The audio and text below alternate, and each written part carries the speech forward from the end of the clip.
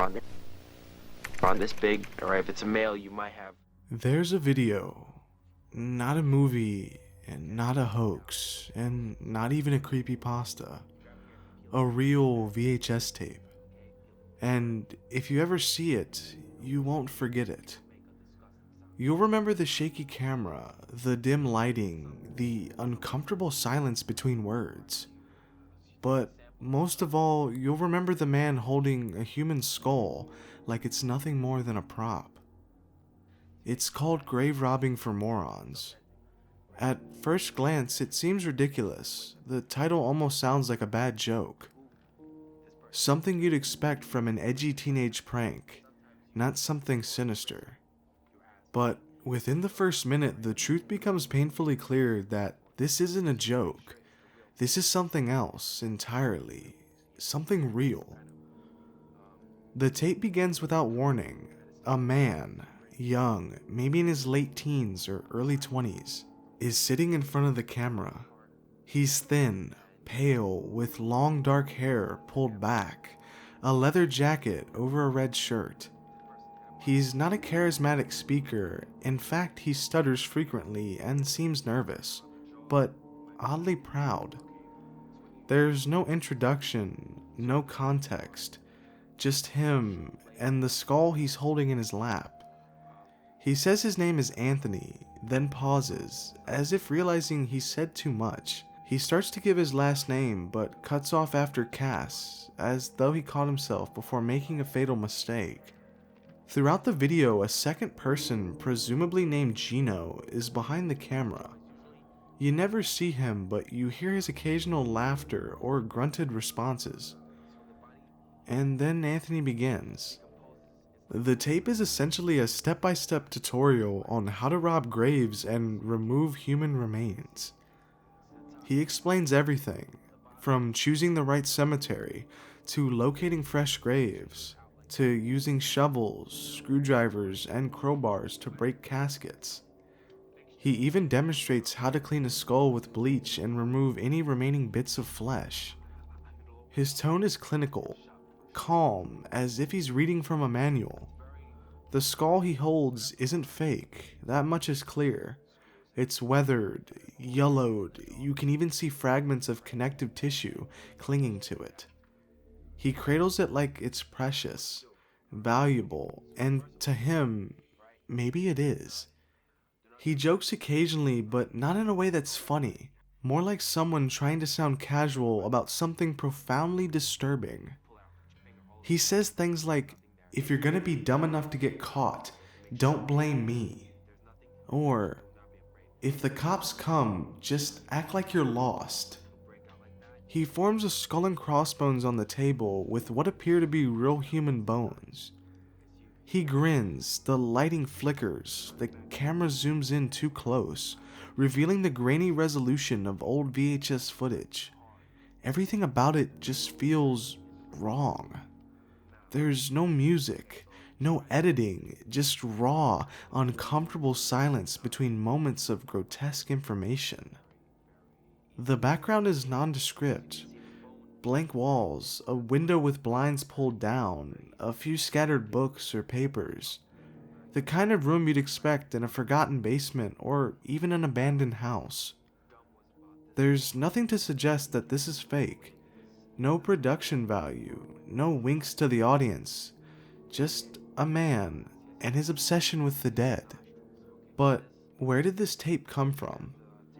Grave Robbing for Morons wasn't posted online in the traditional sense.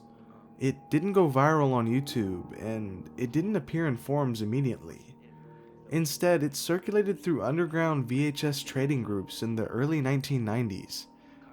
It was eventually included in a tape compilation known as Ensuring Your Place in Hell, Volume 1, a collection of the most disturbing and taboo videos people could find. Once it reached the internet, it spread quietly, first on shock sites, then on gore forums. Later, clips made their way to Reddit, YouTube reaction videos, and even on TikTok, though the footage rarely lasted long before being taken down. People started asking, who was Anthony, and was all this even real? Some internet sleuths claim that the tape was traced back to New York or New Jersey area based on Anthony's accent. One YouTube documentary claimed to have matched his voice and face to an obituary from the late 1990s, but no concrete proof has ever emerged. Others speculated that it was just a performance piece, that the skull was fake, that the entire thing was a kind of morbid art project. But there are problems with that theory. For one, the skull appears disturbingly authentic. Forensic experts who've analyzed screenshots point to the detail. The sutures in the cranium, the discoloration consistent with decomposition, the presence of what could be human cartilage still attached. If it's fake, it's a level of realism almost impossible for a low-budget teenager in the 1990s to achieve. And then there's Anthony's behavior. He's too awkward to be acting. His stammering, his uncomfortable silences, the way he trails off mid-sentence. It feels unscripted, genuine, like someone who's speaking from experience but doesn't know how to express it. He even refers to past incidents, mentioning having robbed multiple graves, talks about a friend who got arrested, and warns viewers not to get too greedy. These aren't lines from a script, they're warnings, advice, the kind of insight that only comes from someone who's actually done what he's describing. What's more disturbing is that Anthony doesn't seem to understand the weight of what he's doing. He doesn't express guilt or even fear, just the occasional annoyance, like someone explaining a frustrating part of a hobby. And maybe that's what this is to him, a hobby. A way to feel powerful, to hold something forbidden, and to profit off the forgotten. After all, Anthony discusses selling bones. He claims there's a market for them, that certain bones can fetch decent money if you know the right buyers. But he doesn't elaborate, even though the implication is very clear. This wasn't just a thrill for him, it was a business. What happened to him remains a mystery. Some believe he was caught and imprisoned.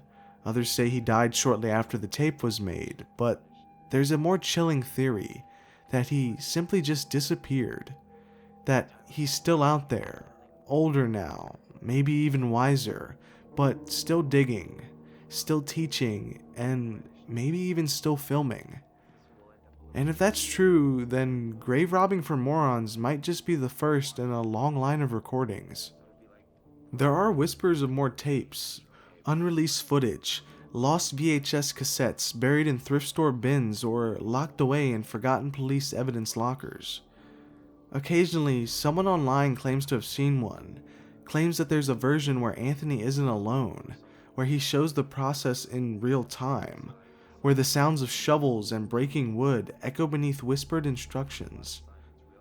No one has verified these claims, but they persist, and as the years go by, the legend of grave robbing for morons only grows. It stands as a grim relic of a different internet, one where nothing was too taboo, where the worst things imaginable could be captured on film and passed around like trading cards.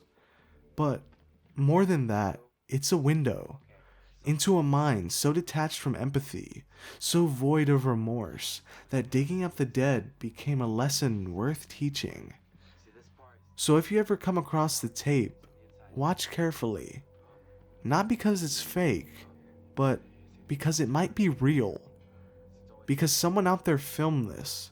Someone out there held that skull. And if they filmed it once, they might have filmed it again. And you might be watching the only surviving footage of a man who walked amongst the dead and never looked back. This is very hard to rip. Alright, I say this was hard. Alright.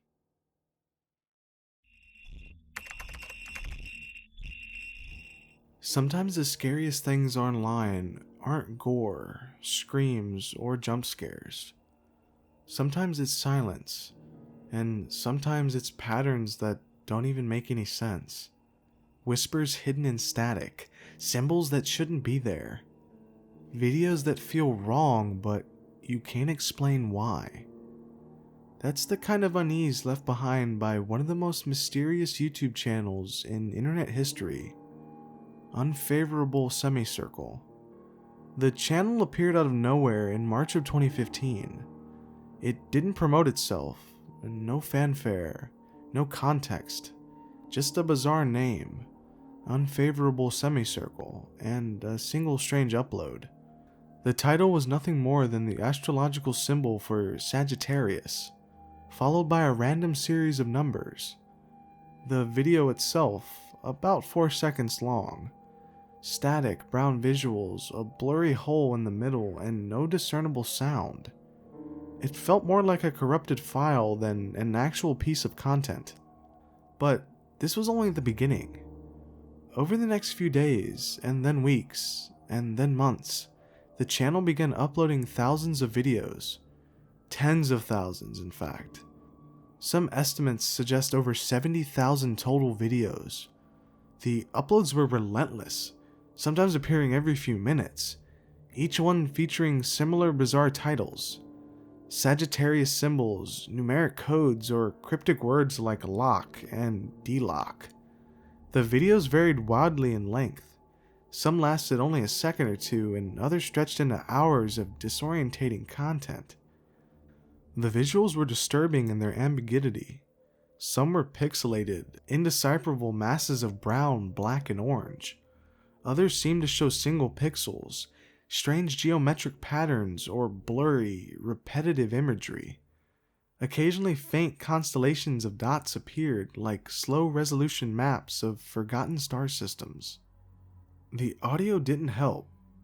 Instead of music or voiceovers, most videos emitted shrill beeps, white noise, or what sounded like distorted speech, often garbled, robotic, or even backward. Some videos contained a male voice speaking letters or numbers in a monotone but heavily muffled, as if underwater or behind a wall. These weren't just meaningless background sounds, they were designed to put you on edge. They felt like they were hiding something important. It didn't take long for the internet to notice. Reddit, 4chan, and other online forums lit up with theories and investigations. People began cataloging the videos, archiving them, analyzing the audio and video data frame by frame. A few even began overlaying visuals, and then started to see something odd. When certain frames from different videos were placed together, they formed new images. Some showed what looked like satellites, others seemed to reveal the Wikipedia page for art. One person even found what they claimed was an inverted symbol resembling Saturn or a black cube. There were patterns, there was intent, but there was no explanation. The theories exploded. Was this an art project? A viral marketing campaign? An elaborate alternate reality game? Some believe it was a modern equivalent of a number station. Cold War era broadcast used to send coded information.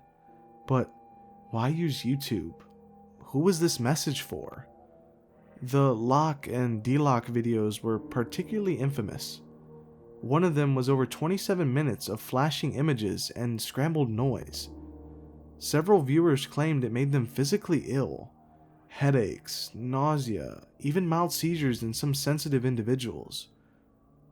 Others reported vivid nightmares after watching several videos in a row. One commenter said they began dreaming in numbers after a deep dive. Another claimed their phone speakers stopped working entirely after looping a few of the distorted audio clips. Even the titles seemed suspicious. The constant use of the Sagittarius symbol raised eyebrows. Some wondered if the channel had astrological or even occult ties. Others thought it referenced a specific time frame, maybe December 2015. The numbers that followed, while seemingly random, sometimes repeated. Viewers obsessed over them, trying to crack a cipher that may or may not have existed. Despite the flood of speculation, the channel remained silent. No about section, no comments, no community tab, no interaction, just upload after upload after upload, feeding into an ever-growing pile of confusion. And then, just as abruptly as it began, it stopped. In February 2016, shortly after the BBC covered the channel in a story titled, "The Quest to Solve YouTube's Strangest Mystery," Unfavorable Semicircle was taken down. YouTube terminated the account with no explanation. Thousands of hours of video were wiped from existence in a blink. All that remained were a few fan archives, screen recordings, and fragments captured before the takedown. The silence was deafening. For years, the mystery lingered.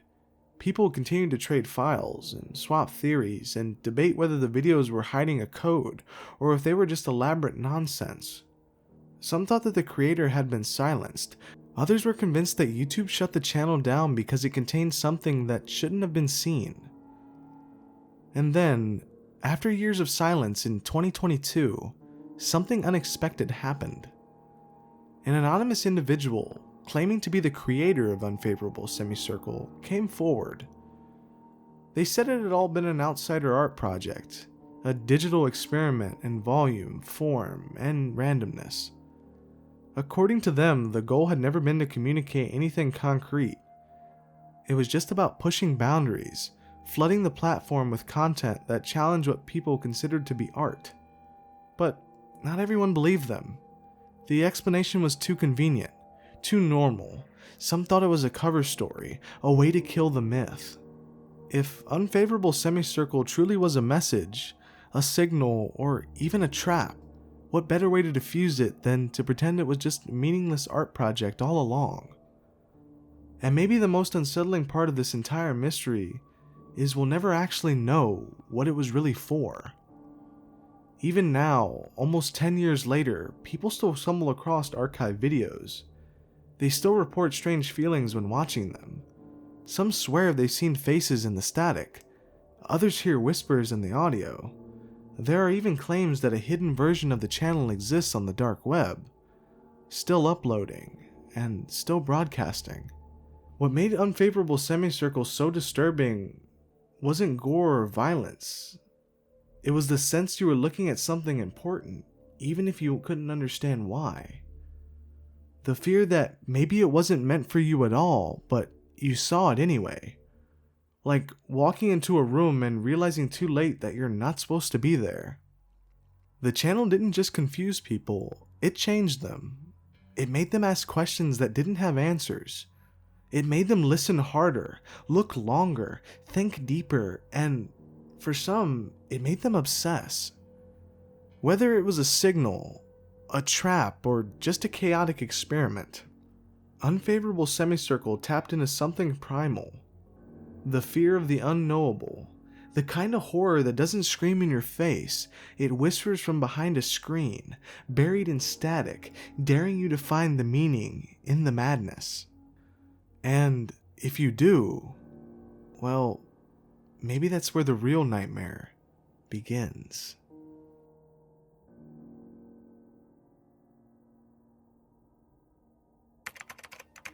There's a painting that, to this day, some people refuse to look at for more than a few seconds. A painting said to carry with it a strange, oppressive presence. One that has left owners terrified, sick, or even emotionally disturbed. It's known as The Hands Resist Him, and while it may appear as just another eerie piece of art, its history has become a chilling, modern legend. Painted in 1972 by artist Bill Stoneham, The Hands Resist Him depicts a young boy standing next to a lifelike doll in front of a glass-paned door. Behind the door, dozens of disembodied hands press against the glass, as if trying to break through. The painting is surreal, dreamlike, and deeply unsettling, but it wasn't until decades later that it gained its terrifying reputation. Stoneham originally painted the piece based on a poem written by his wife. The boy in the painting was modeled after a photograph of Stoneham himself at age 5.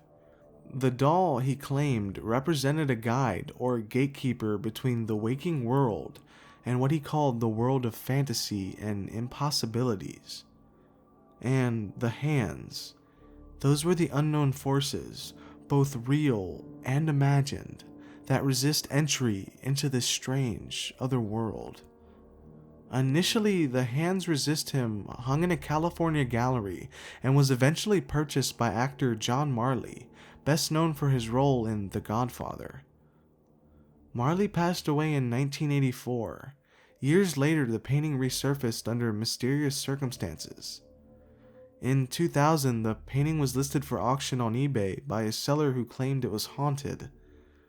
According to the seller, the painting had been found abandoned behind a California brewery. They took it home, thinking it was just a creepy piece of art, but soon after bringing it into their house, strange things began happening. Their 4-year-old daughter claimed that the children in the painting were fighting. She said the boy would leave the painting at night, walking around her room. The parents set up motion-sensing cameras.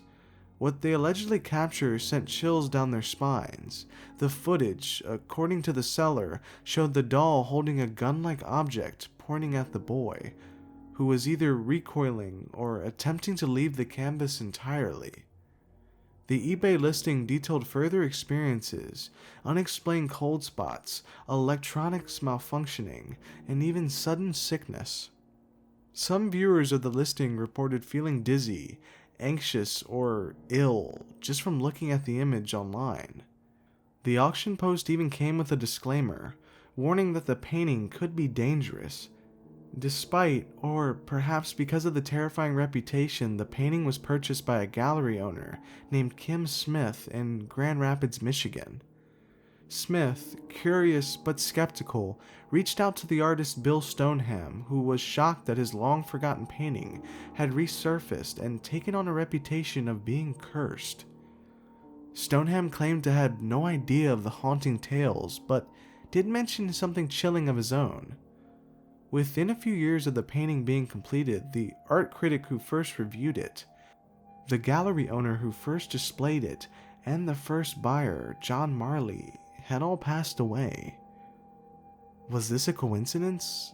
That's where the rational mind wants to land, but the story refuses to die. Visitors to the gallery where the painting was displayed have reported feeling watched. Some complained of nausea, others refused to stand in the room with it, and even after being stored safely behind glass, some claimed the expressions on the figure's face seemed to subtly shift. The boy, lifeless and pale, is often described as looking trapped, as though aware of his imprisonment behind the glass door. The doll, with her hollow black eyes, seems to smile just a little too knowingly, and the hands, dozens of them, pressing from behind the glass, remain the painting's most haunting feature. They don't belong to any figures in the painting, they simply exist, reaching, grasping. Some theorists have speculated the hands represent lost souls. Others believe they symbolize trauma, abuse, control, or even fear. A few even go so far as to suggest the painting is a kind of portal. Not just symbolically, but literally. A window between our world and something else. There's no scientific evidence, of course, to prove the painting is cursed, but like all great modern legends, the details keep surfacing. One unnerving anecdote at a time. A woman who owned a print of the painting claimed it repeatedly fell off her wall despite being securely hung. Another claimed that the image haunted her dreams for weeks after seeing it. She described waking up with bruises that looked like fingerprints. Some accounts, unverified but chilling, mention strange accidents happening to those who mock the painting or joke about its legend online. To this day, the Hands Resist Him has a cult following. It's been the subject of YouTube analysis, Reddit horror threads, and paranormal investigations. Stoneham has even painted sequels to the piece, each equally disturbing, showing the boy and the doll years later, their surroundings changing, but always maintaining that surreal, haunted quality. And yet, what makes the hands resist him truly terrifying isn't just the rumors or the alleged supernatural activity, it's the painting itself. There's something inherently wrong with it. Something too quiet, too still, as if you're not looking at it, but it's looking at you, waiting. Art, by its nature, is subjective. What one person finds disturbing, another may see as beautiful. But every now and then, a piece of art steps beyond subjectivity. It taps into a universal unease. It becomes more than paint on canvas. It becomes a story. Alive, evolving, and whispered about in dark corners of the internet. The hands resist him may not move at night. The boy may not actually crawl from the painting, but the fear it inspires is very real. A primal fear of being watched, of not being alone, of the barrier between our world and the unknown being just a pane of glass thick. And so the painting remains. Whether a curse, a coincidence, or a brilliantly unsettling work of art, one thing is certain. Once you've seen the hands resist him, it never truly leaves you alone.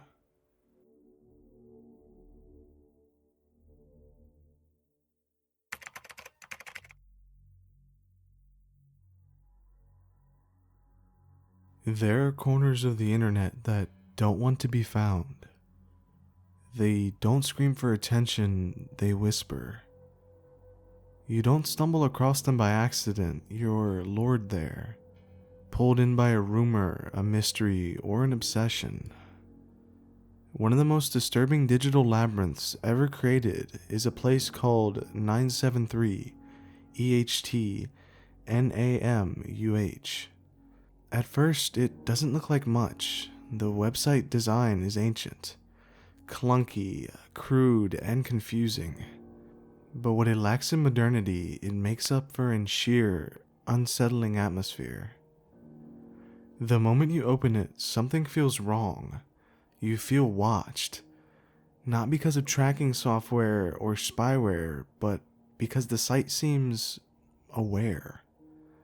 The name itself is the first warning. It looks like gibberish until you reverse it. Human, the 379. That's the point where most people hesitate. Is it a code? A name? A countdown? The mystery only deepens as you begin to explore. The homepage features a triangle. In its center, a single word, abracadabra. A phrase used in ancient times for spells and healing, but also for destruction. The triangle is often seen as a symbol of power, of the Trinity, of the balance between body, mind, and spirit. But here, inverted and contextless, it feels more like a warning. Clicking anywhere on the homepage launches you into a rabbit hole of biblical passages, occult references, and sprawling blocks of text. Some pages are nothing more than long lists of numbers, others are filled with phrases that repeat endlessly. Images of distorted statues, grim angels, crumbling architecture, all seemingly chosen to unsettle. The structure is non-linear, nothing is labeled, nothing is intuitive. Clicking a word might open a page that leads to 5 more. Going backward rarely takes you where you want to be. It's not a website, it's a maze. And getting lost is part of the experience. Some of the pages focus heavily on numbers, patterns, sequences, and numerology are everywhere. The number 379 repeats often, always just out of reach in terms of meaning. Some theorize it represents the human soul, others believe it's a reference to a religious cipher. Still, others believe it's the number of steps between life and death. Then there's repetition of certain names and phrases. ISISIS, for example. At first it seems like a glitch, but then you see it again and again. Isis in Egyptian mythology is the goddess of magic and rebirth. A mother figure, a mourner, she who brings back the dead. But why is her name repeated endlessly, almost desperately, throughout this strange temple of web code? The site's content doesn't feel random, it's carefully placed. Every passage, every image, every number. Pages discuss human consciousness, metaphysical transformation, ancient knowledge, but not in the form of academic information. It's more like a warning, or maybe even an initiation. Like someone or something is trying to teach you something it shouldn't. The deeper you go, the less stable it feels. Some users report that after spending long hours exploring the site, they start experiencing vivid dreams, auditory hallucinations, or even sleep paralysis. One user claimed they began hearing a low-pitched hum in their room at night after diving into the site for several consecutive days. Another claimed their dog refused to come near their computer afterward. Then there's the Oracle, a section of the site where users can submit interpretations and even questions. Many of the responses read like riddles or prophecy, cryptic yet oddly personal, as if the site knew what you were thinking or what you were afraid of. The man believed to be behind it all is named David Dennison. Little is known about him. He's described as a British recluse, possibly an artist or even a mystic. Some claim he was obsessed with unifying science, religion, and the occult. Others believe he disappeared entirely. There are no interviews, nor social media posts, just whispers and theories. And yet, the website remains online. It doesn't advertise itself, it's never been promoted, but it's always there, waiting. Thousands of people have visited over the years, many leaving quickly, unnerved, and often confused. Others stay. Some stay for years, trying to decode its endless puzzles, believing that buried somewhere within its hundreds of pages is a secret, a revelation that will change the way we understand existence. But here's the disturbing part. No one agrees on what it means. Some believe it's a doomsday prophecy. Others think it's a digital grimoire, an online spellbook meant to awaken or summon something. A few even think it's an initiation into a cult, a trial. Only those who finish the site, if there even is an end, are deemed worthy of knowing the truth. There are also darker theories.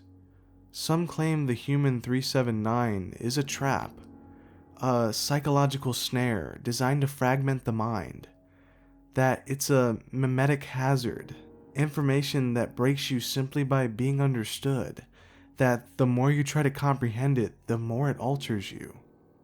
Whether that's true or not is up for debate, but one thing is certain, the site does change people.